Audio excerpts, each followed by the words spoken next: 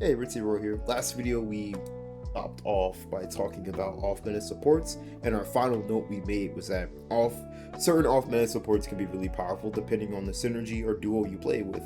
That concept is what this entire video is going to be about, and it doesn't just end with off-meta supports. It's made even stronger with the meta supports. So for as powerful as an off-meta duo you can make, there's probably an even stronger meta duo that exists out there. To start off the video, I'm just going to play Rakan Xayah real quick, just to give you a quick example. So these two are in lore, they're already like, I think they're like boyfriend or girlfriend or something like that, but in game they are also pretty strong together. For a while they were one of the strongest duos in bot. It's simply because their kits synergize really well. She has CC that she can set up. She basically can stun you if she gets to fight you for a long time, and I can hold you in place for a little bit with W and my R. I also give shields with my...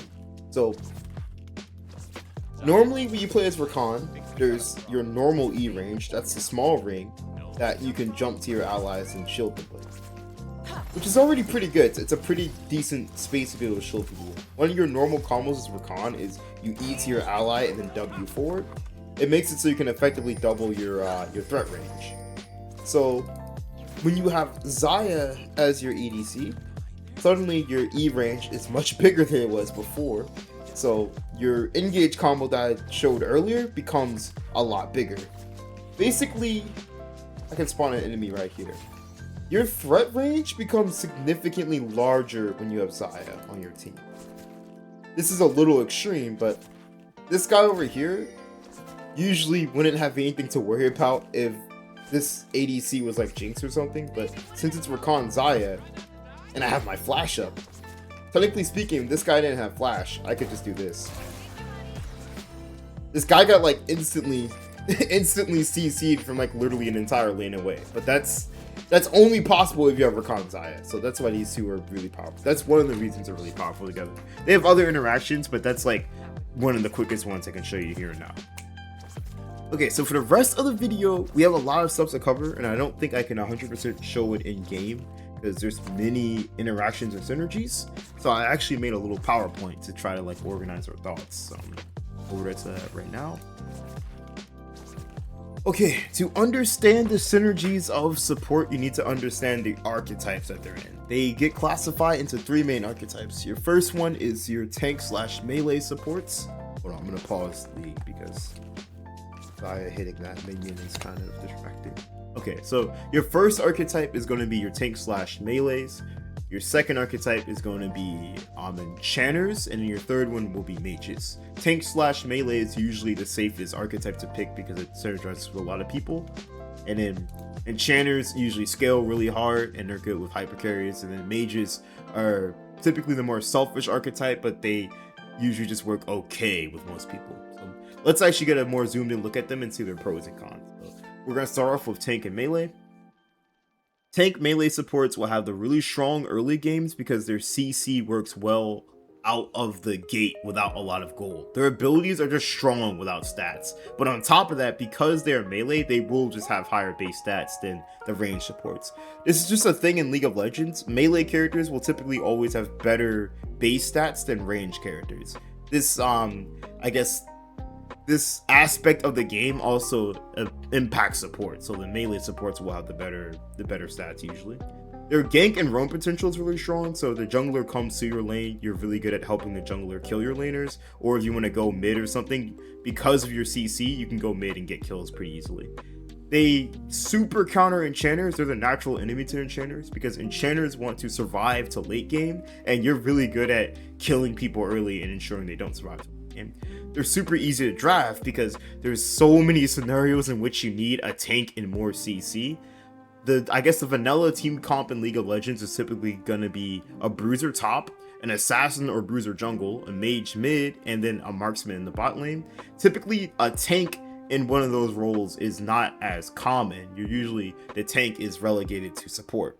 And when you play solo queue, most people don't want to play tanks anyways because people think of tanks as supportive and not capable of carrying. So you're not going to see a lot of people playing tanks in the other roles. So typically you're going to be the one who should probably pick a tank in this scenario. Lastly, their matchups are really good. If you're playing an engage and the enemy isn't either Morgana, Taric, Milio, or Janna, you probably win. So you completely body most enchanters, and if you're fighting mages, you don't destroy them, but you usually have a pretty good fighting chance against mages. So your matchup chart is usually superior if you're playing a tank slash melee support. Okay, so for their cons, they can get outscaled by the other two pretty well. If they don't get a lead, the other two will eventually become stronger than them as they get gold. They have a weak level 1 because to be strong, they need their abilities, they have to combo you, and 2, they are melee, so they have to physically walk up to hit the minions. Whenever you come to lane as ADC and support, you both will hit the wave to try to get level 2, and if you're a melee slash tank, you are worse at coming to lane. You're worse at, like, I guess, hitting the minions to get level 2 because you have to get close to them to do it, and they can shoot you while you're doing that. And that's also for the next bullet point why it's harder to share minions, because you have to get super close to a minion and hit it, and if you're fighting a mage, they can throw stuff at you and kill you for doing that. Next is their high risk. So this is out of laning phase. When you're fighting people, when you do your CC, it's usually a commitment that you lock yourself into, and you're stuck in front of the enemy. Like, you stun someone, but you're also right next to them when you do that. So if you go for a bad engage, you could just die. So for that reason, the spotlight is always on you. Your team is looking to follow up on you because you can carry fights or you can throw fights, because you're the one who starts the fights and changes, I guess, the outcome of it and stuff like that. Okay, next is Enchanters. They are the opposites of Engage, so they're actually going to have a really powerful level 1 usually, because they are ranged, so they can hit the enemy and they can hit the wave. They scale really, really hard, and they're very low risk because they can use their abilities from a safe distance without getting close to the enemy. They have damage denial. This is really powerful if you're against a mage support or just any mage that's fed in general. They can stop that mage from doing a lot, and this is their best gimmick. If someone on your team gets ahead or fed, they can make that teammate even stronger and harder to deal with. Enchanters by nature augment stats. So if you have really high stats from being fed or strong, then you can make those stats even better and make them harder to deal with. Enchanter items are typically just better than engage items. Engage items for the most part just make you tankier and harder to kill. So a full build engage at late game is just going to be doing the same thing they were doing early on, but they're going to be harder to kill while doing it. Oh, hold on. The game unpaused itself. Alright, let me just walk away. That's my bad. Okay, so yeah, if you're at late game, you're going to be stronger if you have full items. So let's go to their cons. You have a weak laning phase. Basically, you have all the bad matchups. I actually wrote bad matchups twice by accident, but you have a lot of bad matchups. You typically lose to most engages, and you don't have the CC, and you don't have really good stats that work well without gold. You kind of need a little bit of gold and levels to make your kit work. When the jungler comes to your lane, because you have less CC than the other two archetypes, you usually will not be as good at helping the jungler get kills, because you can speed him up and boost his stats, but you can't hold the enemy down to get killed. You can't frontline because they're usually squishy. Bad matchups, we mentioned that already. Worse base stats than melees. This is the ranged versus melee argument we talked about earlier. Ranged characters will usually just not have the same stats that melee characters do. This impacts enchanters a lot. And your roaming potential, similar to your gank potential, is going to be bad because you just can't stun people and hold them down. You can still roam as them, but it's not going to be not as many as your roams would be as successful as like a engage's roams would be. And once again, bad matchups. I wrote that twice by accident, but that is really important because that is one of the main weaknesses of enchanters, that their matchups kind of suck if you're not playing like Janna or Milio. Okay, next is mages. Mages have really oppressive laning phases, very high damage. They're basically an ADC, and they can go Dark Seal.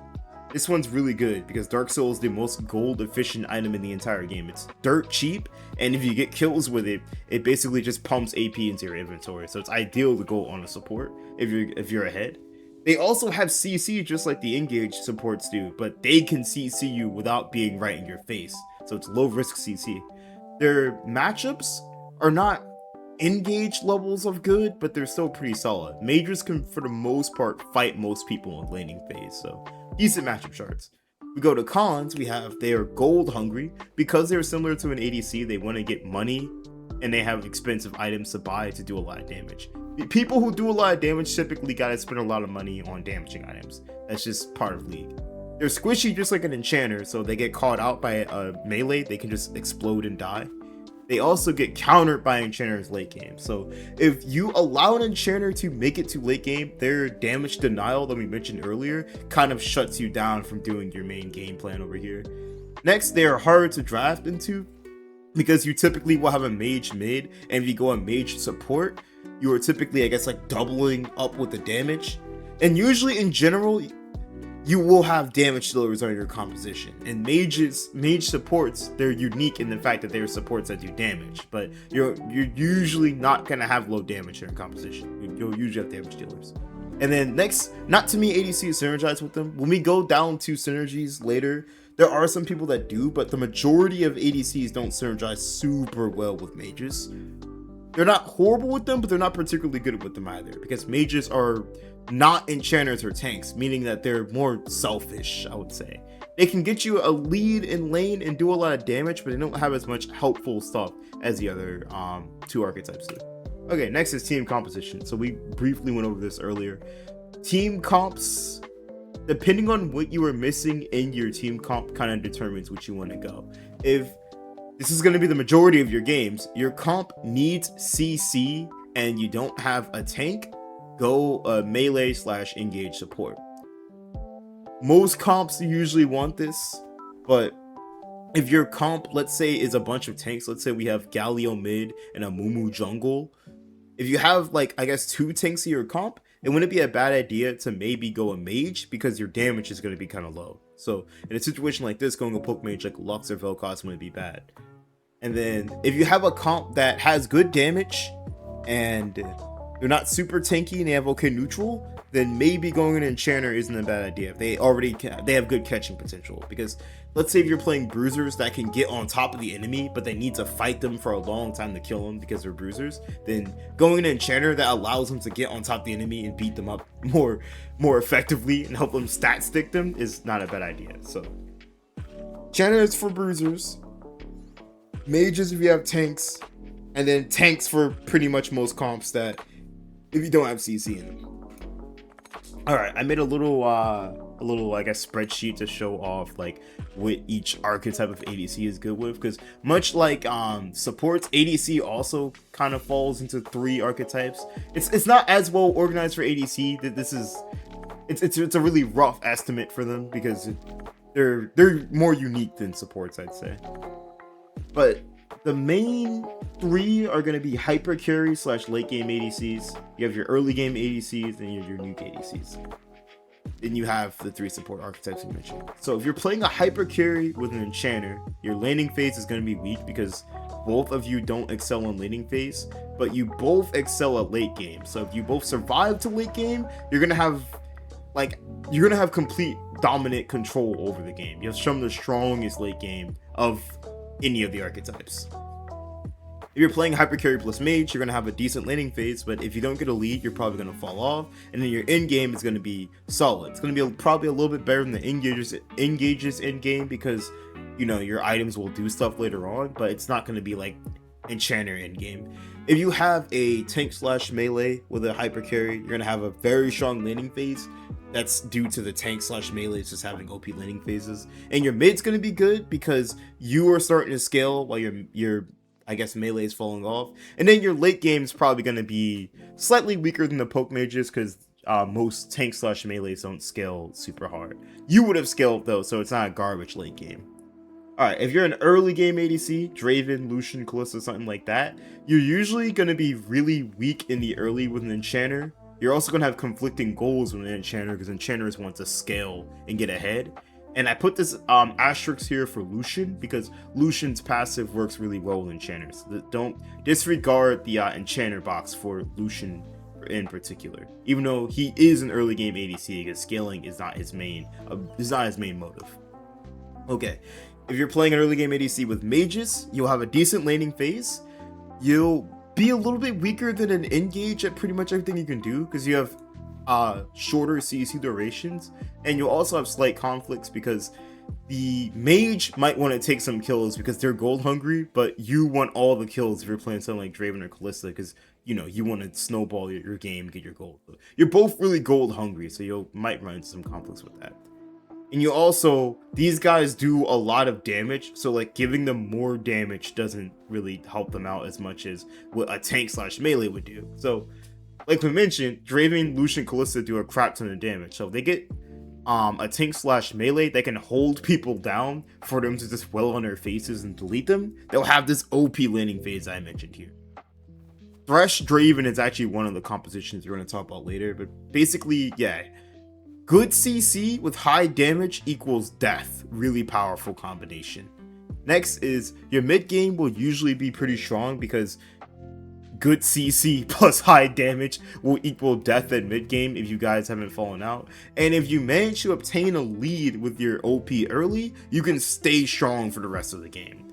That's typically how it goes. The game plan with tank and melee plus early game ADC is we want to play strong, get a lead early, and then remain strong for the rest of the game because we got a lead. Alright, so this one is kind of hard to, I guess, classify, but it's going to be like your casters, your unique characters. Think Jhin, how Jhin doesn't quite fall into like hypercarry or early game. It's the people that have like the utility and stuff like that. I threw Mage's bot into it because they kind of do similar stuff to this.